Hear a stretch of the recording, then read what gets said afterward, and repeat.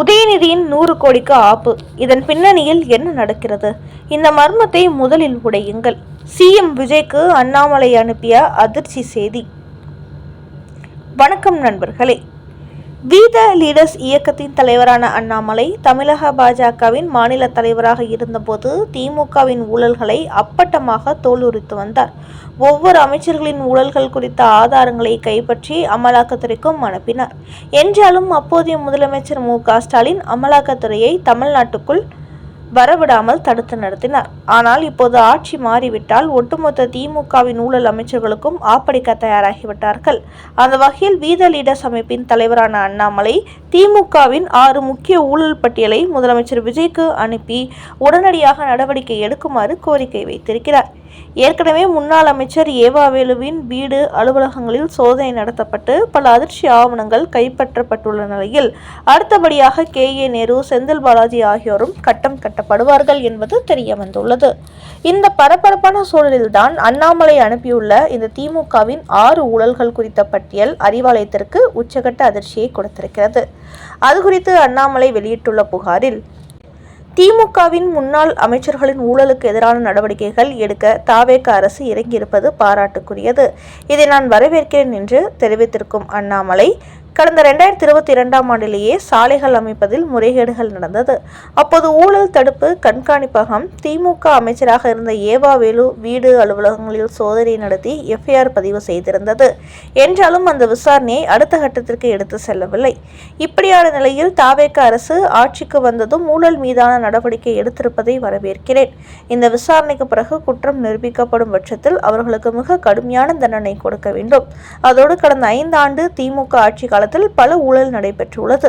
அது குறித்த தகவலை உங்கள் கவனத்திற்கு கொண்டு வருகிறேன் என்று தெரிவித்திருக்கும் அண்ணாமலை, பிஜிஆர் எனர்ஜி ஒப்பந்தம் விதிகளை மீறி போடப்பட்டதோடு அதில் மிகப்பெரிய ஊழல் நடந்தது. அதேபோல்தான் ஆவின் நிறுவனம் குறைந்த செலவில் ஹெல்த் மிக்ஸ் தயாரிக்க முன்வந்த போதும் திமுகவினர் தனியார் நிறுவனத்திடம் அதிகமான விலை கொடுத்து வாங்கி அதில் ஊழல் செய்தார்கள். அதேபோல் பொங்கலுக்கு கொடுக்கப்பட்ட வேட்டியில் பருத்திக்கு பதில் பாலிஸ்டர் போட்டு ஏமாற்றினார்கள். அரசு போக்குவரத்து துறையில் பேருந்துகளுக்கு தேவையான சாதனங்கள் வாங்கிய வகையில் மிகப்பெரிய ஊழல் நடந்தது. அதேபோல் தமிழ்நாடு மருத்துவக் கழகம் தேசிய ஊரக வேலைவாய்ப்பு திட்டத்திலும் மிகப்பெரிய ஊழல் செய்தார்கள். இதற்கெல்லாம் மேலாக கடந்த ஆட்சியில் துணை முதலமைச்சராக இருந்த உதயநிதியின் ரசிகர் மன்றமும் நோபல் ஸ்டீல் நிறுவனமும் ஒரே முகவரியில் செயல்பட்டு வருவதின் பின்னணி ரகசியம் என்ன? மு.க.ஸ்டாலின் துபாய்க்கு சென்று வந்ததை அடுத்து இந்த நிறுவனத்தில் 1000 கோடி முதலீடு செய்ததாக அறிவித்தார்கள். அதனால் இதன் பின்னணியில் என்ன நடக்கிறது என்பதை தவேக அரசு தோண்டி எடுக்க வேண்டும். உதயநிதியின் சொந்த நிறுவனத்திற்கு எதற்காக முன்னாள் முதலமைச்சர் 1000 கோடி முதலீடு செய்தார்? அது எந்த அடிப்படையில் நடந்துள்ளது?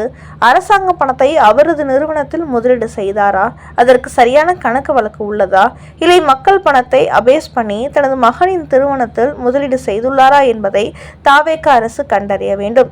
அதில் தவறு நடந்திருந்தால் உடனடியாக மு.க.ஸ்டாலின் மற்றும் உதயநிதி மீது கடுமையான நடவடிக்கை எடுக்க வேண்டும் என்றும் முதலமைச்சர் விஜய்க்கு ஒரு அவசர செய்தி அனுப்பியிருக்கிறார் அண்ணாமலை.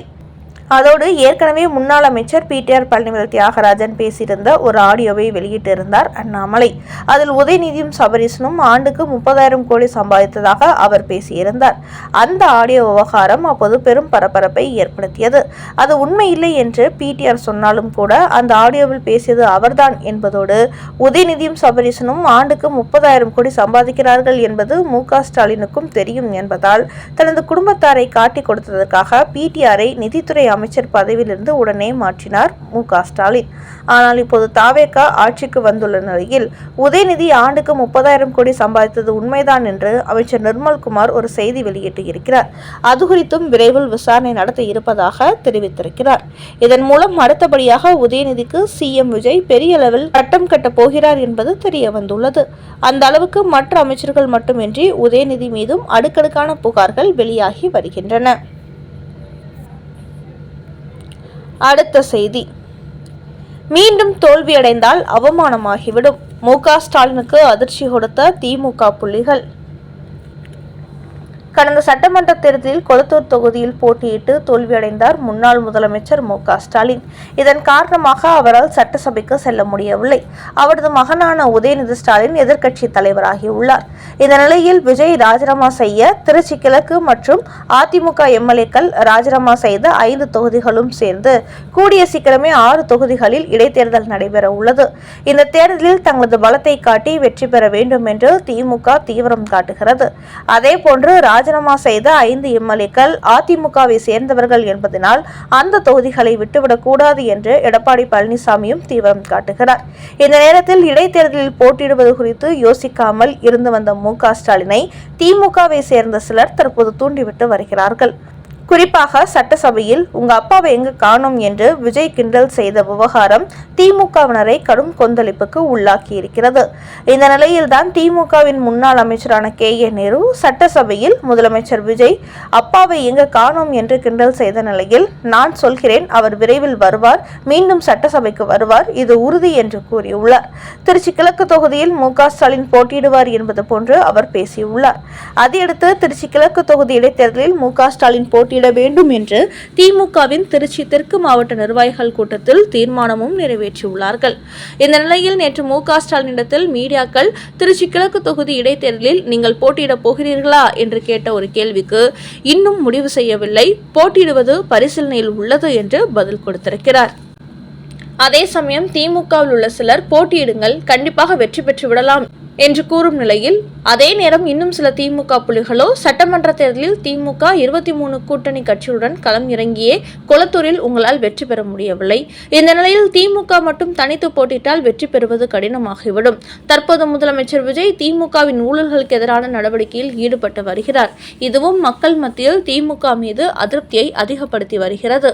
இந்த நேரத்தில் இடைத்தேர்தலில் நீங்கள் போட்டியிட்டு மீண்டும் தோல்வியடைந்தால் அது திமுகவுக்கு மிகப்பெரிய அவமானத்தை ஏற்படுத்திவிடும். குறிப்பாக கடந்த சில தினங்களுக்கு முன்புதான் சட்டசபையில் உங்க அப்பாவை காணோம் என்று விஜய் தேடிய விவகாரத்தில் நான் கோட்டையில் வேண்டுமானால் இல்லாமல் இருக்கலாம், தமிழக மக்களின் மனங்களில் இருக்கிறேன் என்று கூறியுள்ளீர்கள். அப்படி இருக்கும்போது மீண்டும் நீங்கள் திருச்சி கிழக்கு தொகுதியில் போட்டியிட்டு தோல்வியடைந்தால் மக்கள் உங்களை தங்கள் மனதிலிருந்தே தூக்கி எறிந்து விட்டார்கள் என்று தமிழக வெற்றி கழகத்தின் ஆவேசமாக பேசுவார்கள். அது மட்டுமின்றி இதுவரை திமுக தமிழக அரசியல் வரலாற்றில் தனித்து போட்டியிடவில்லை. இப்போது முதல் முறையாக தனித்து போட்டி என்ற விஷ பரீட்சையில் இறங்குகிறோம். மக்கள் எந்த அளவுக்கு ஆதரவு தரப்போகிறார்கள் என்பது இடைத்தேர்தலுக்கு பிறகுதான் தெரிய வரும். அதனால் மீண்டும் போட்டியிடும் விவகாரத்தில் யோசித்து முடிவெடுக்கலாம். கே.ஏ. நேரு சொல்கிறார் என்பதற்காக போட்டியிட்டு மறுபடியும் நீங்கள் தோல்வியடைந்தால் அது கடுமையான விமர்சனங்களுக்கு உள்ளாகும். திமுகவை தமிழ்நாட்டு மக்கள் மொத்தமாக புறக்கணித்து விட்டார்கள் என்றும் சொல்ல தொடங்கி விடுவார்கள் என்று மு.க.ஸ்டாலினுக்கு அட்வைஸ் கொடுத்து வருகிறார்களாம். அதன் காரணமாக இடைத்தேர்தலில் போட்டியிடும் விவகாரத்தில் கடும் குழப்பத்தில் உள்ளாராம் மு.க.ஸ்டாலின். அதோடு தேர்தல் நெருங்கும் போது இடைத்தேர்தல் நடைபெறும் 6 தொகுதிகளிலும் திமுக செல்வாக்கு எப்படி உள்ளது என்பது குறித்து ஒரு ரகசிய சர்வே எடுப்போம். அதில் திமுக தனித்து போட்டியிட்டு வெற்றி பெறுவதற்கான சாத்தியங்கள் இருந்தால் போட்டியிடுவது குறித்து யோசிக்கலாம். அப்படி இல்லை என்றால் கட்சியின் மற்ற வேட்பாளர்களை இறக்கிவிட்டு தான் எஸ்கேப் ஆகிக் கொள்ளலாம் என்று மு.க.ஸ்டாலின் திட்டமிட்டு வருவதாக தகவல்கள் வெளியாகியுள்ளன.